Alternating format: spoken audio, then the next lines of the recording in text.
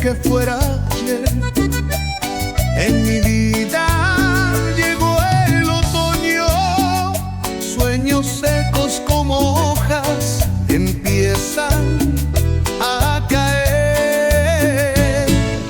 Todo comenzó con un bostezo y siguió con un ronquido, te lo confieso. Mi mujer cansada, intolerante, me pidió que me fuera cuanto antes.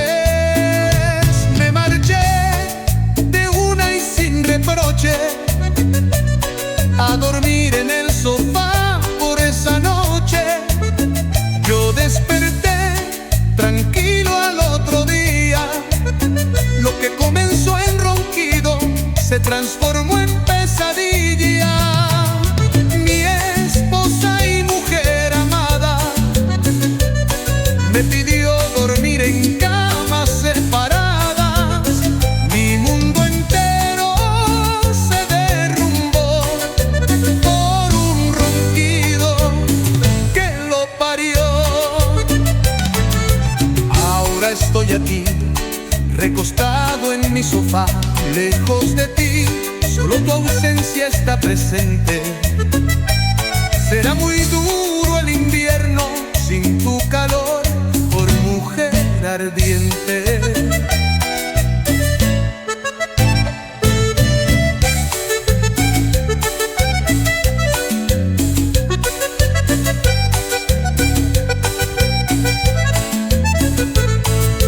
Todo comenzó con un bostezo y siguió con un ronquido, te lo confieso.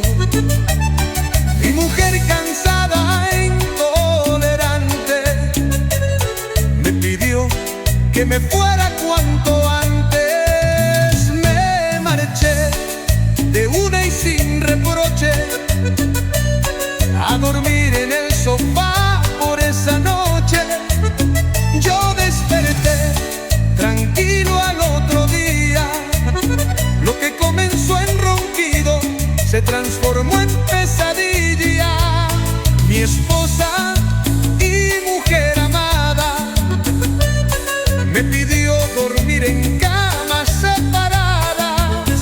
Mi mundo entero se derrumbó por un ronquido que lo parió. Ahora estoy aquí, recostado en mi sofá, lejos de ti. Solo tu ausencia está presente.